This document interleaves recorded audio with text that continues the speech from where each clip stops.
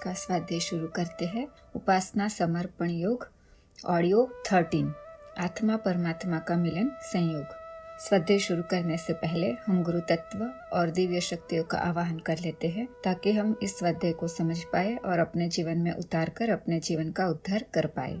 गुरुर ब्रह्मा गुरुर्विष्णु गुरुरेवो महेश्वरा गुरुर साक्षात् परब्रह्मा तस्मै श्री गुरवे नमः।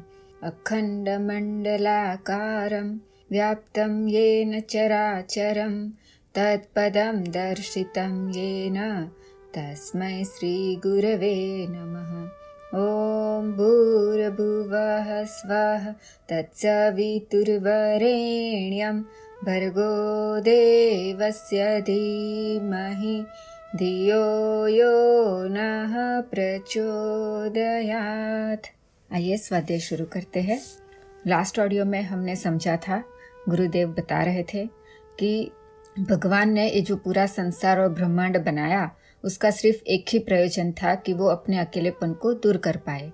और हमने ये भी समझा कि इस पूरे ब्रह्मांड और संसार को बनाने के बाद भी ऐसा कुछ नहीं है हमारे सिवा जो उनके इस प्रयोजन को पूरा कर पाए। सिर्फ हम अकेले इंसान ही ऐसे हैं जो उनके अकेलेपन को दूर कर सकते हैं और इस पूरे ब्रह्मांड में और कोई नहीं है जो ये काम कर सकता है।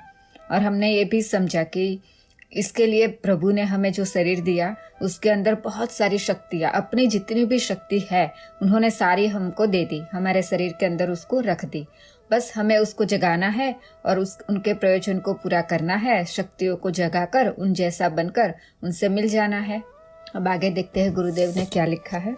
इन परिस्थितियों में उलझे हुए ईश्वर की अभिप्सित दिशा में चलने और उसके विनोद में सहचर बनने वाले व्यक्ति बनते ही कहाँ है।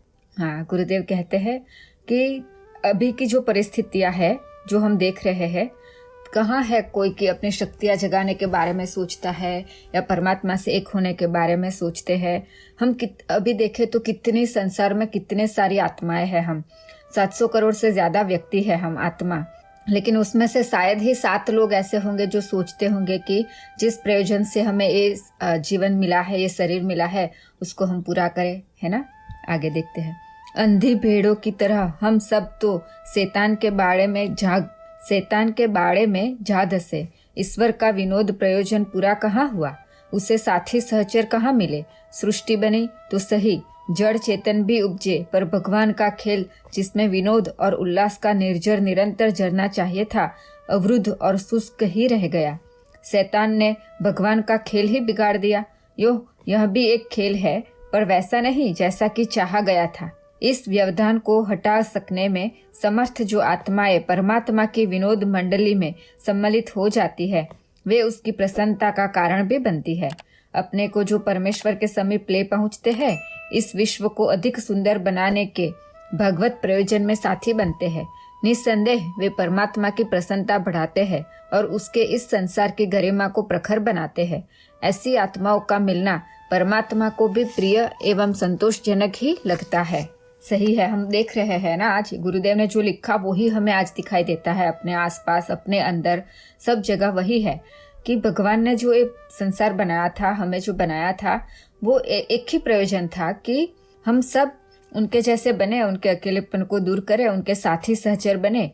लेकिन क्या हो रहा है अभी, हम सब ने शैतान, इसको ऐसे भी समझा जा सकता है कि जैसे अभी साइंटिस्ट लोग है ना, वो कितनी सारी चीजें ढूंढते हैं, कितने सारे एक्सपेरिमेंट करते हैं, कितनी सारी चीजें बनाते हैं, लेकिन सभी चीजों के साथ उसके कुछ फायदे हैं तो उसके नुकसान भी है। अगर हम देखें, दवाइयाँ जो बनाई वो हमारे जो दुख दर्द है उसको मिटाने के लिए दवाइयाँ बनाई, जो पेन किलर बनाई, जो भी हमारे रोग है उसको मिटाने के लिए दवाइयाँ बनाई गई। तो उसके साइड इफेक्ट भी तो है, उसकी अच्छाई देखे तो उसके साथ उसकी बुराई भी है। अपने को ठीक तो करती है, रोग को ठीक तो करती है, लेकिन साथ में कुछ साइड इफेक्ट भी ला कर रख देती है। वैसे ही ये जो इलेक्ट्रॉनिक्स बनाए गए हैं उसके बहुत फायदे हैं, कितने सारे फायदे। हम लोग एक दूसरे से जुड़ गए, जब चाहे किसी से बात कर सकते हैं, जब चाहे किसी को कुछ दिखाना हो तो पिक्चर क्लिक करके भेज सकते हैं। पूरी दुनिया को एक कर दिया, पूरे विश्व को एक कर दिया इस इलेक्ट्रॉनिक्स ने। लेकिन साथ में उसके साइड इफेक्ट भी कितने हैं, है ना। देखे तो उसका गलत इस्तेमाल भी कितना हो रहा है। तो वैसे ही जब भगवान ने संसार बनाया ना, तो उन्होंने तो ऐसा सोच के ही बनाया कि बहुत अच्छे इंसान बनेंगे या आत्मा बनेगी जो मेरे अकेलेपन को दूर करेंगी, लेकिन साथ में उसके भी साइड इफेक्ट हुए कि साथ में शैतान भी बन गया, देवता के साथ शैतान भी बन गया। अब हमने देखा है कि जब भी हम कुछ बनाने की कोशिश करते हैं या कुछ करते हैं तो उसके दो पहलू होते हैं, अच्छा या बुरा, दोनों को ही साथ में चलना होता है। तो भगवान ने जब ये हमें बनाया तो हमारे अंदर बहुत सारी अच्छी शक्तियां डाली, तो उसके साथ शैतान की भी एक उपज हो गई, शैतान भी बन गया।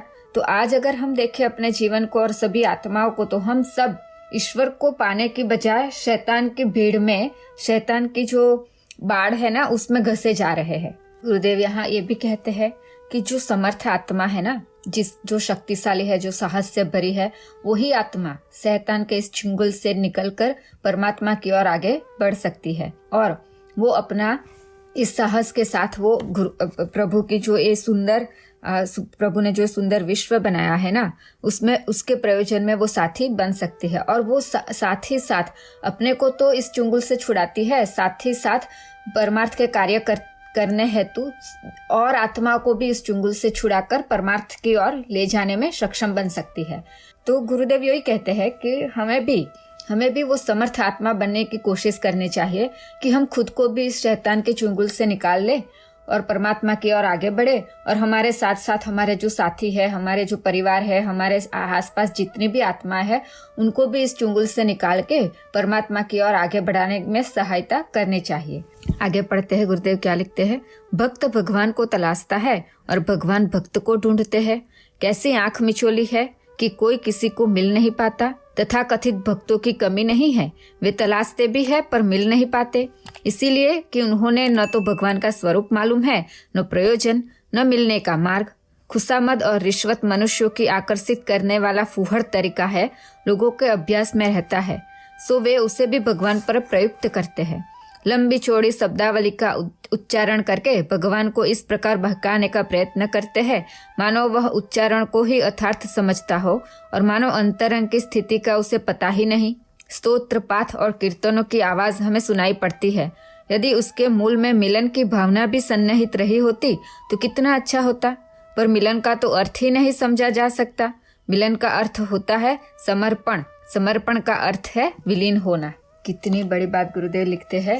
आज हम सब यही कर रहे हैं। देखो गुरुदेव बताते हैं कि हम भगवान को ढूंढ रहे हैं। आप देखो तो कितनी सारी कथाएं हो रही है, कितने सारे मंदिर है, भजन पूजन कीर्तन पूजा पाठ कितना सारा हो रहा है ना, लेकिन उसके पीछे प्रयोजन क्या है? अगर हम ये सब कर भी रहे हैं, पूजा पाठ जप तप कथा सुन रहे हैं, मंदिरों में जा रहे हैं, बड़े बड़े फेस्टिवल मना रहे हैं, रामकृष्ण अगर राम का जन्म है तो उसका बहुत बड़ा उत्सव मनाते हैं, कृष्ण का बर्थडे है तो बहुत बड़ा उत्सव मनाते हैं, नवरात्रि कितने जोरों से मनाते हैं, दिवाली मनाते हैं, सब करते हैं पूजा पाठ, लेकिन किस लिए करते हैं? हमारा उद्देश्य क्या है ये करने का? पीछे का इंटेंशन क्या है?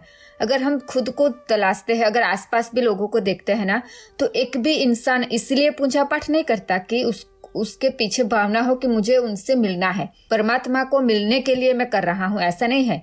कुछ ना कुछ हमारे पास कुछ ना कुछ ऐसी इंटेंशन होती है, जैसे शैतान का इंटेंशन होता है ना, कुछ पाने के लिए, कि हम खुद के स्वार्थ के लिए, अच्छी जॉब मिल जाए, पैसे मिल जाए, कार मिल जाए, अच्छी पत्नी या पति मिल जाए, लाइफ पार्टनर अच्छा मिल जाए, बच्चे अच्छे बन जाए, बच्चे पढ़ के बहुत बड़े बन जाए, उनको बहुत मान सम्मान यश कीर्ति मिले, ये सारी जिसकी कोई वैल्यू ही नहीं है ना, ऐसी चीजों के लिए सिर्फ पूजा पाठ भजन कीर्तन किया जा रहा है।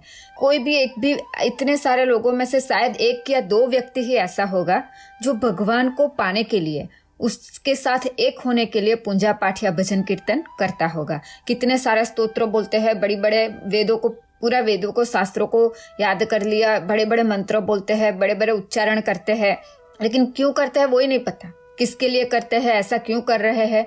अगर एक भी व्यक्ति ने ऐसे उद्देश्य से पूजा पाठ या स्तोत्र बोला होगा कि मैं आपसे मिलना चाहता हूँ, मैं आपके जैसा बनना चाहता हूँ, मैं आपके साथ एक होना चाहता हूँ, अगर इस उद्देश्य से किसी एक ने भी पूजा पाठ की होती ना, तो शायद आज भगवान को अकेलापन महसूस नहीं होता। आगे का हम नेक्स्ट ऑडियो में पढ़ेंगे। आज की बात यहीं समाप्त करते हैं, उस दिव्य सत्ताओं को नमन करते हुए। ॐ भूर्भुवः स्वः तत्सवितुर्वरेण्यं भर्गो देवस्य धीमहि धियो यो नः प्रचोदयात्। सभी को प्रणाम। हमारे YouTube चैनल को सब्सक्राइब करें और बेल आइकन को दबाकर ऑल पर क्लिक करें ताकि नोटिफिकेशंस आपको मिलती रहें।